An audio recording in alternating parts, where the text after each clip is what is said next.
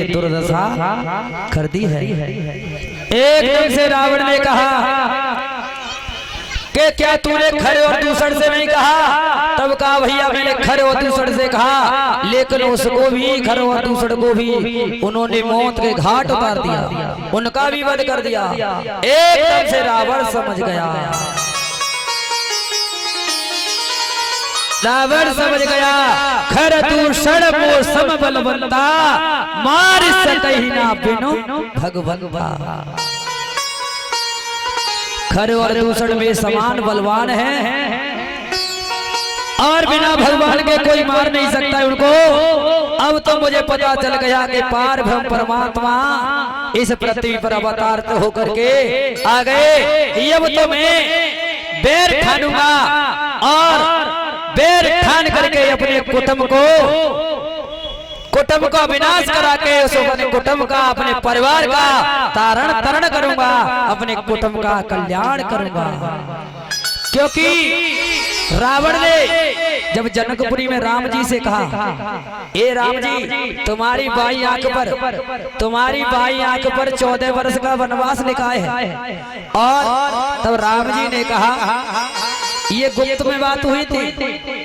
तब राम जी ने कहा मेरी बाई आंख में तो 14 वर्ष का वनवास लिखा है, लेकिन तुम दूसरे के भविष्य देखे तो अपना भविष्य देखा है। तो रावण ने कहा कि महाराज मैंने भी अपना भविष्य देखा है। मेरी दाई आंख पर लंका का नाश लिखा है, लंका का नाश लिखा है। इसलिए प्रभु देरी मत करना, जल्दी से कर लंका आना और मेरा उद्धार करना, मेरा कल्याण करना। क्योंकि समय के हवाब से मेरी माता बहना, मेरे पिता तुल बुजुर्गों ऐसी परिस्थिति बन गई। किसी कारणवश, ये तो 11 दिवसीय कथा थी, इस कथा को 7वें दिवस में बदल दिया गया है। ऐसी परिस्थिति आ गई। इसलिए पहले मैंने कथा को विस्तार से किया था, पहले मेरे को बता देते तो एकदम मैं संक्षेप में नहीं कहता, क्योंकि इसलिए मुझे संक्षेप में कहना पड़ रहा है। अगर मैं कथा को छोड़ता तो कथा की हत्या होती है तो दोष व्यास को लगता है। इसलिए मैं संक्षेप में सुना रहा हूँ, शंका मत करना।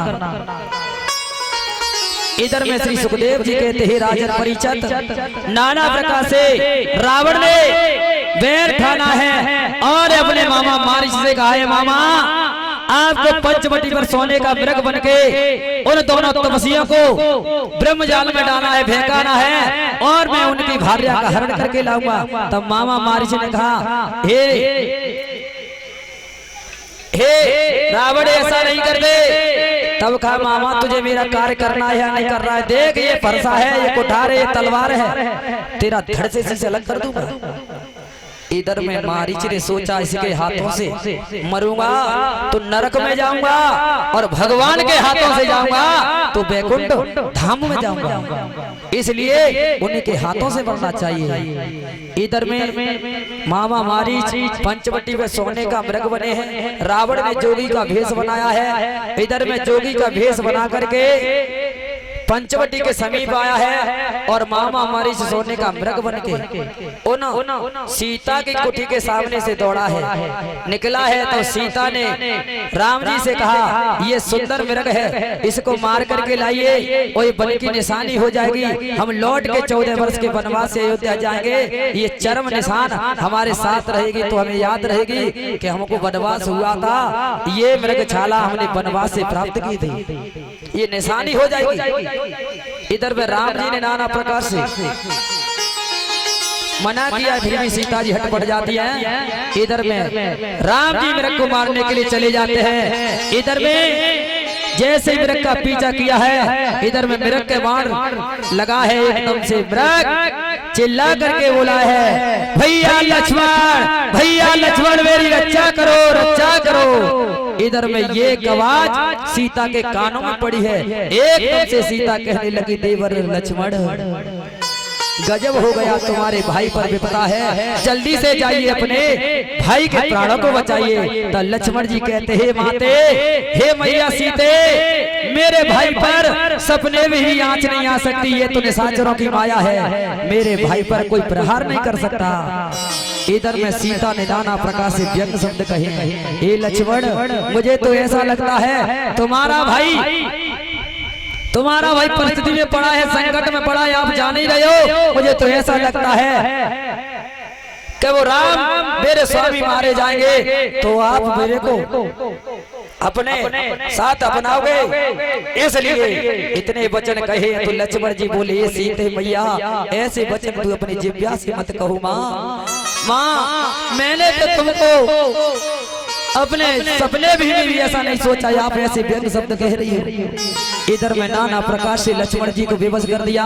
लक्ष्मण जी ने लक्ष्मण रेखा को खींच करके कहा, ये भाभी कुठी के अंदर ही रहना, बाहर मत निकलना जब तक हम लौट के ना आ जाए। इधर में लक्ष्मण रेखा को खींच करके लक्ष्मण जी राम की रक्षा करने के लिए जाते हैं। और इधर में रावण योगी का भेद धारण करके सीता मैया कुठी के सामने आवाज लगाता है, अलग निरंजन बिछाम देहि। इधर में सीता मैया ने देखा है,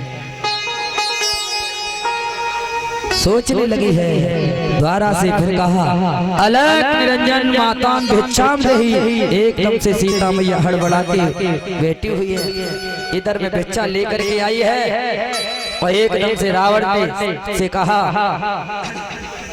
हे महात्मान ये भिक्षा स्वीकार करिए। तब रावण ने उस रेखा को लांघना चाहे तो अग्नि प्रकट हो जाती है। रावण सोचने लगा, ये अगर बाहर नहीं निकली तब तक मैं हरण नहीं कर सकता, अगर अंदर जाऊंगा तो मैं जल करके भस्म हो जाऊंगा। रावण ने कहा, ये माते, हे सीते, हे माते, हमें ऐसी भिक्षा नहीं लेते, ये भंदी अग्नि की भिक्षा है, इस रेखा से बाहर निकल के आइए। और जब ही भिक्षा को हम लेंगे नहीं तो हम तेरे द्वारे से जाते हैं, तेरी कोठी से जाते हैं। नाना प्रकार से सीता ने समझाया, हे महात्मन मेरे देवर की आन है, मैं देवर की आन का उल्लंघन नहीं कर सकती। तब रावण ने कहा, आप उल्लंघन नहीं कर सकती तो हम आपके दान को ले नहीं सकते हैं, हम जाते हैं। इधर में श्री सुखदेव जी कहते, राजन परिजन नाना प्रकार से सीता ने कहा, अगर संत इस द्वारे से चला गया तो मैं घोर नरक में जाऊंगी, इसलिए देवर की आन टूट जाए कोई बात नहीं है, लेकिन संत द्वारे से खाली हाथ नहीं लौटना चाहिए।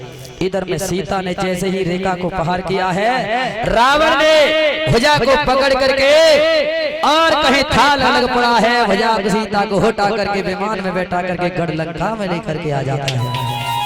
इधर में नाना प्रकार से राम लक्ष्मण सीता के लिए रोते हैं, चिल्लाते हैं, विलाप करते हैं, सीता की खोज करते करते हैं आगे को बढ़े हैं। आगे जटायु मिला है, जटायु का उद्धार किया है, जटायु से पता पूछा है। जटायु ने कहा, गढ़लंका का दुष्ट रावण दशरथ नंदन यानी मेरी दशरथ कुल वधु को हरण करके ले गया है। तो राम जी ने जटायु का स्वयं दास नवदा भक्ति का दान किया है पार ब्रह्म परमात्मा ने सबरी को, और वहाँ झूठे वेर खाए सबरी के, झूठे वेर खा करके कहा, हे सबरी हमारी भार्या का हरण हो गया है, हम सीता की खोज लगाने के लिए इस वनखंड में विचर रहे हैं। तब सबरी ने कहा, यहाँ से आगे ऋषमुख पर्वत है पंपासर के पास में, और उस ऋषमुख पर्वत पर सुग्रीव रहता है, उससे मित्रता करो तब ही आप गढ़लंका का पता लगा पाएंगे। इधर में आगे को बढ़े हैं राम जी, सुग्रीव से मित्रता हुई है। सुग्रीव ने से पूछा,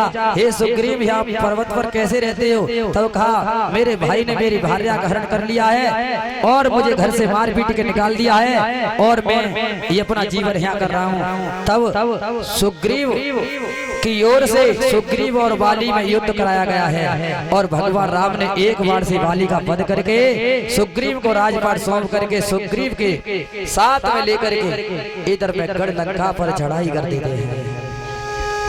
इधर में नाना प्रकार से सर्वप्रथम खोज लगाने के लिए हनुमान जी गए हैं, और हनुमान जी ने गढ़लंका की खोज लगाई है, और सीता को नाना प्रकार से उनकी गोद में अंगूठी डाली है। अंगूठी डाल करके सीता माँ से कहा, हे माँ हमें भूख लगी है।